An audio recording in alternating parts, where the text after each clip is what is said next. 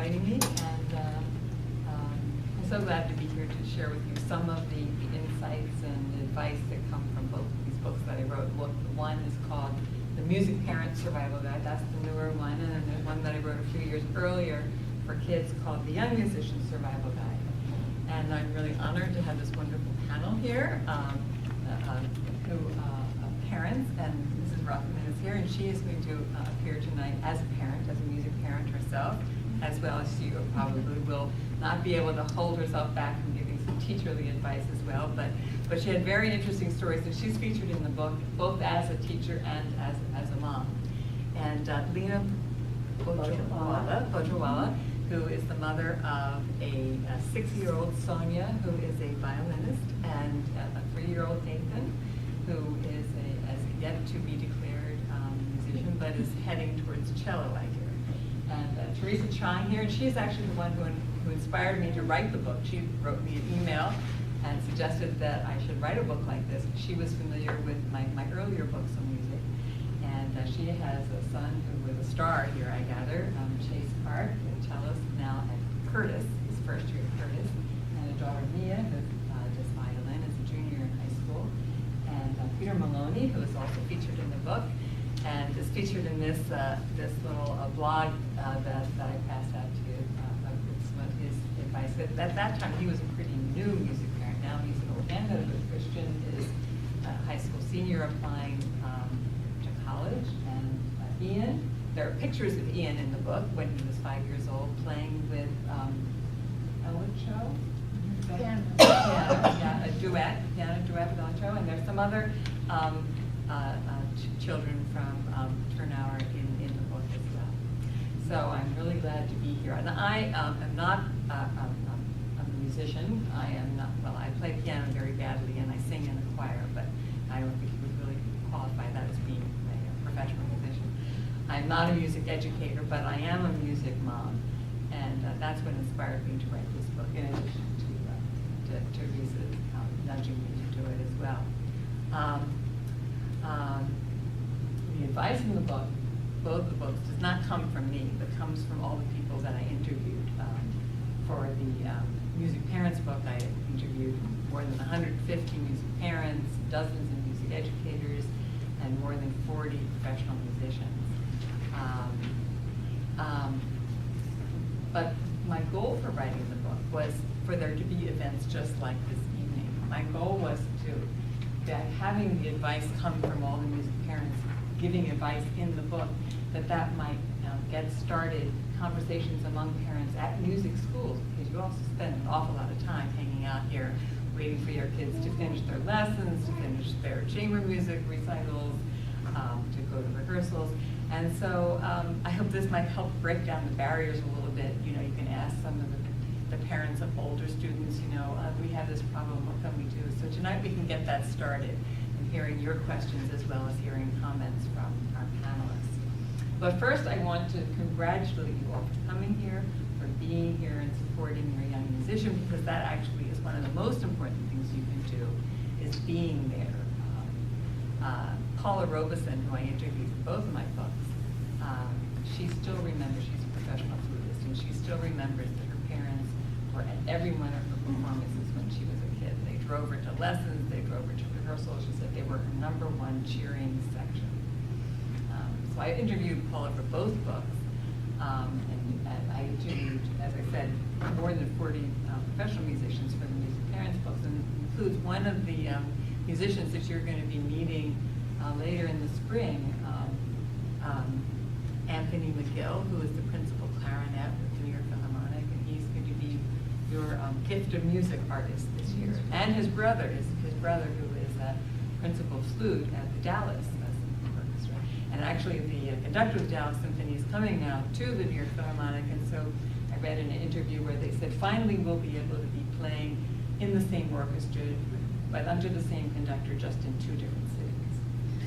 So also violinist Joshua Bell is in the book, and I interviewed his mother, Shirley Bell, and Wynton Marsalis, I interviewed him, and his father, Ellis Marsalis. Renan Meyer, a number of your kids may know him. He's the bassist in a very popular group called Time for Three. I interviewed him. also his mother. And Elisa Weilerstein and Anna Kiko Myers interviewed both of them and both of their parents. So there's a lot of advisors in the book. But I wanted to make sure that this book is not only for families who think their children might go on in music as a career. Many of the parents I interviewed had kids who grew up and went on to other professions, but many of them did keep on with music with the other careers that they had. And all the parents I interviewed in the book decided that the time that they put in being music parents, whether their kids went on with music or didn't, was definitely worth all the effort, because there are so many benefits that come from studying music, and not just the musical ones. There's all these life skills that kids learn, time management skills, and planning skills, ability to take criticism, something that you really learn being in orchestras and chamber music groups, teamwork skills. The self-confidence comes from performing before a group, making lifelong friends. So both of our sons, that's my husband over there, both of our sons, some of their best friends are the friends that they met through music. One of them has gone on in music, he's now a composer, but the other one didn't go on in music. He plays saxophone sometimes. He said he retired from saxophone when he started working on his PhD in political science. But now he has his PhD. He also has his saxophone case with the saxophone in it. But we're not sure that he ever opens the case. But we're hoping. But there's also been research showing that there are crossover benefits of studying music for kids to other academic areas. There are studies that have shown that there's crossover benefits to math, to reading skills, and most important of all, studying music as a child, especially if you study for at least 10 years, changes the brain for the better in ways that last a lifetime. And in fact, some studies show that people who study a musical instrument as a child, there's a delay in the onset of the dreaded cognitive decline that hits in old age. So this really is a lifelong gift that you're giving to your kids. So I call these talks that I give on the book, Walking the Music Parent in Tightrope, because that's the way it felt to me and Carl when we had these two children who suddenly became very interested in music. And neither one of us are musicians, and we didn't quite know how the music world worked, what we were supposed to do, what we weren't supposed to do. We made a terrible mistake at the very, very beginning with our older son, Eric, when I signed him up for Suzuki violin when he was 3 years old, and I hadn't done my homework, and I had really no idea what Suzuki violin was. I sort of thought it was a touchy-feely, mommy and me program. I had no idea that it was serious instruction. So Eric loved music. He loved watching all the music episodes on Mr. Rogers. And so we figured, well, violin's an instrument, So this was a big mistake. He was a very young 3. He was a very shy 3, and he absolutely refused to participate in any of the group playing activities. And finally they had the play-a-thon at the end of the first semester, and he wouldn't get up on stage, he wouldn't do anything. The teacher said she thinks he should drop out. And I thought, oh my gosh, here he flunks out of music at age 3, and I have ruined it for him. He'll never want to do music again. But of course that wasn't true. He still liked watching Mr. Rogers, especially liked the episode on the Empire Brass Quintet. And it turned out the trumpet was the instrument that spoke to him. And so then we began to do our homework. We began to talk to other parents with kids who were doing music. We began talking to music teachers, what we should really do to help them. And we had to do a lot of on-the-spot learning all the way through their musical lives, trying to become experts at things about which we really knew nothing. And we still made a lot of mistakes going forward. But I found out, by doing the research for this book, that parents who are professional musicians are in the same boat as we are. They also are trying to feel their way at how much to help, whether to help, how much to advice to give,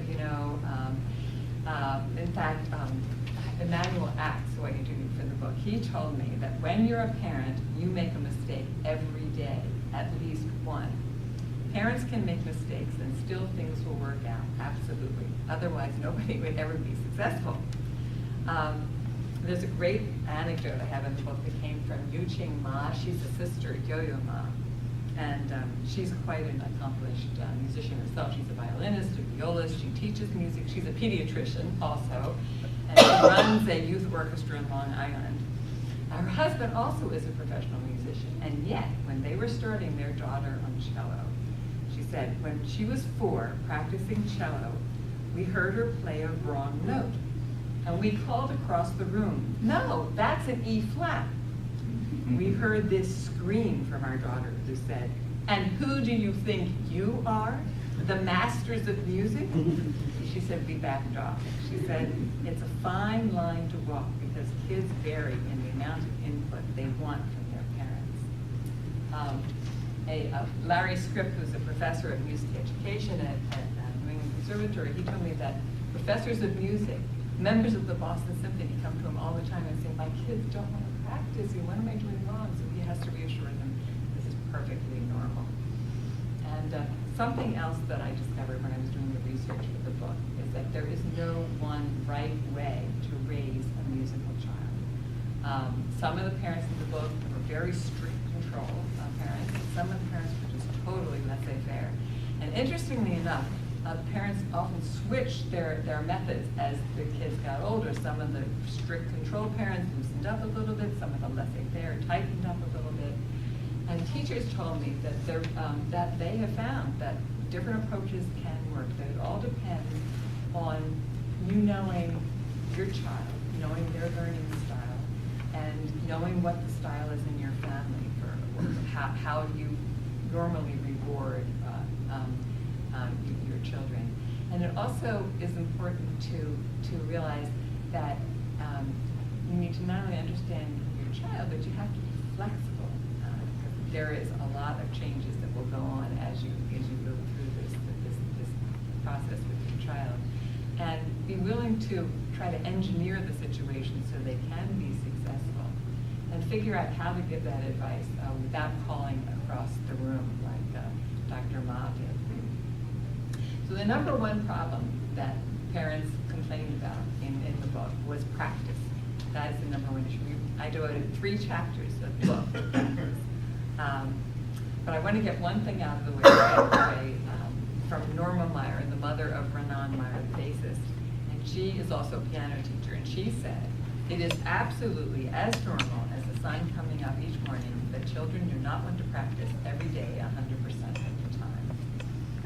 And a quote from Marin Alsop, who is a music mother as well as the conductor of the Boston Symphony.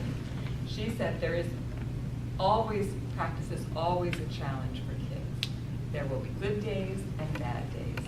However, don't mistake a lack of the desire for practice as more than simply that. It does not necessarily mean they hate music and they want to quit. It just could mean nothing more than they don't like to do homework every day either. But if there's a sudden uptick in the not wanting to practice, then that might mean that there's something that's not quite right in the music situation, something that you might want to explore with your child and with your child's teacher. Maybe the child doesn't like the music that he or she is studying. Maybe the music is too easy, or maybe the music is too hard.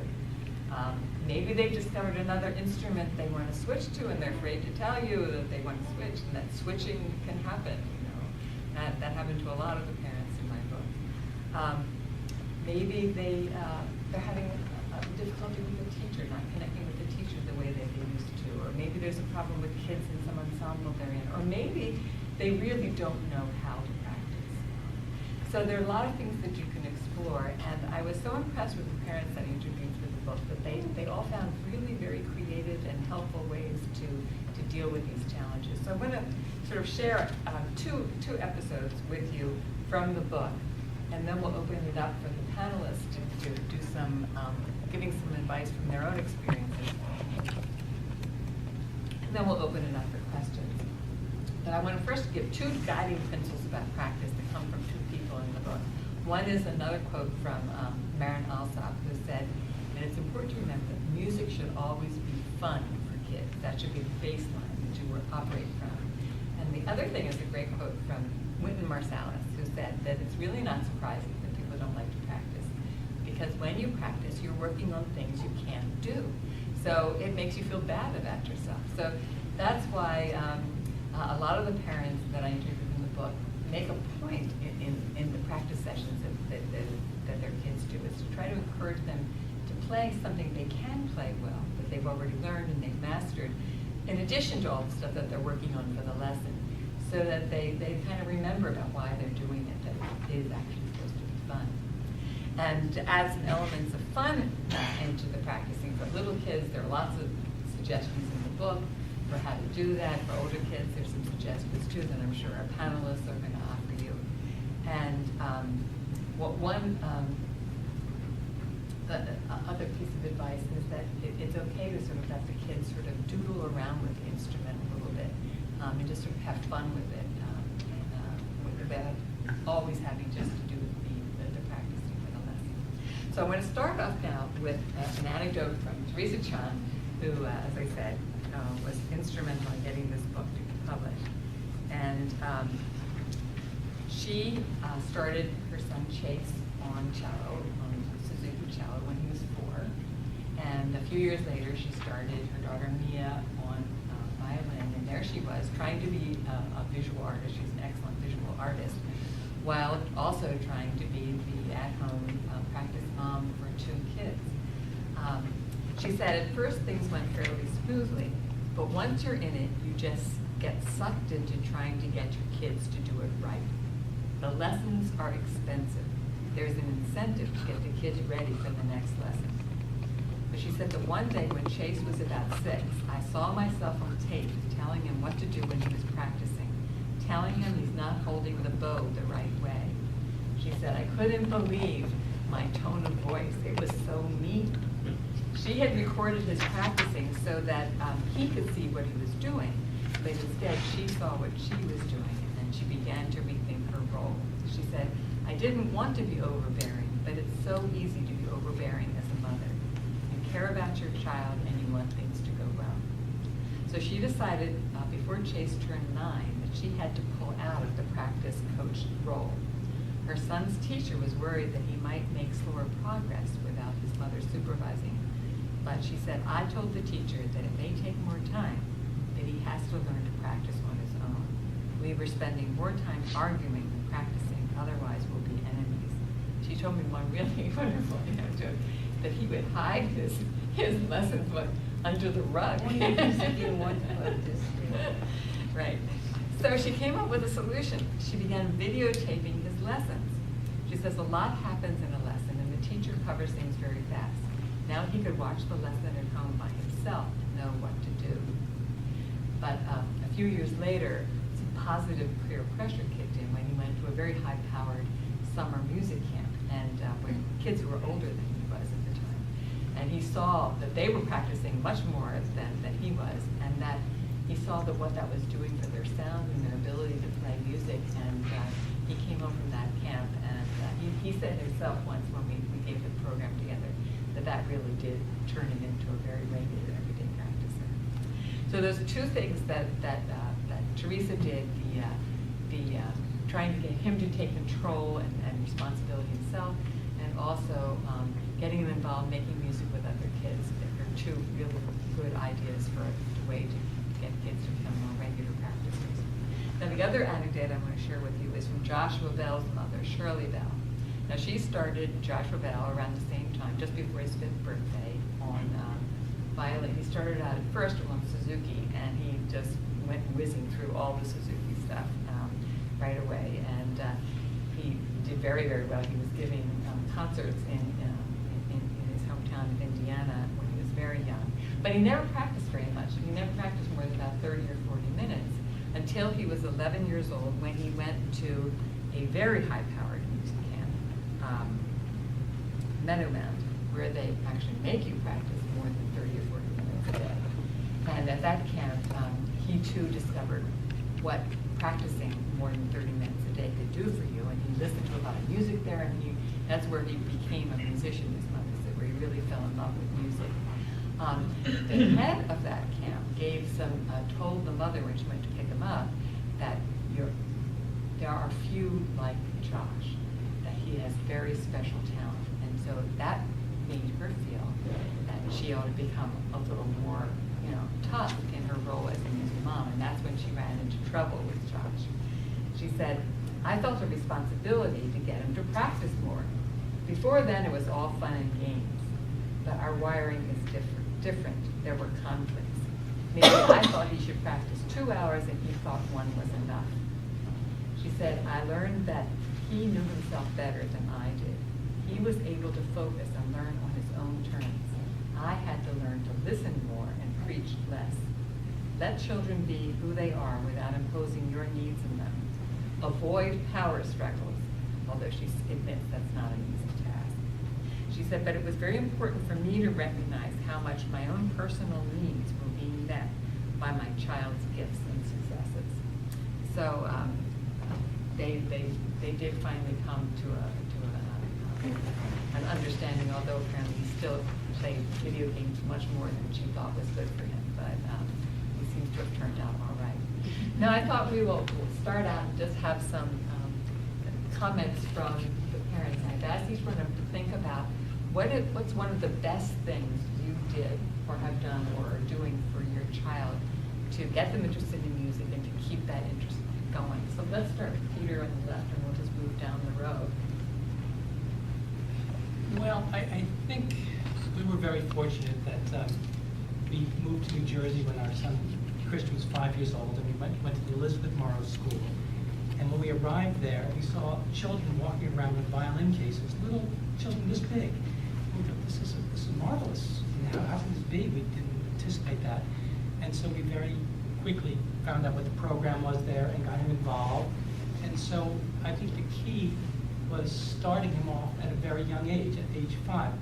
A small drawback was that he was in a group class. And I think in a group class, maybe it's harder for a teacher to attend to each student. And I think as a consequence, maybe he developed some habits that have stayed with him. It's kind of interesting that a bad habit, once ingrained, becomes almost a lifelong issue to work with. And so I think and he's become a marvelous violinist, I should say, and that I think, and in fact, he goes to music camps and people say, you've got a great bow arm, you've got a great bow hold, and yet that's something we felt he got wrong at the outset and had to correct. And so a lot of time is spent sometimes fixing things that aren't set right in the very beginning. And I think individual instruction might have, I think maybe if we'd come here first and started with Dorothy, we would have gotten that bow hold.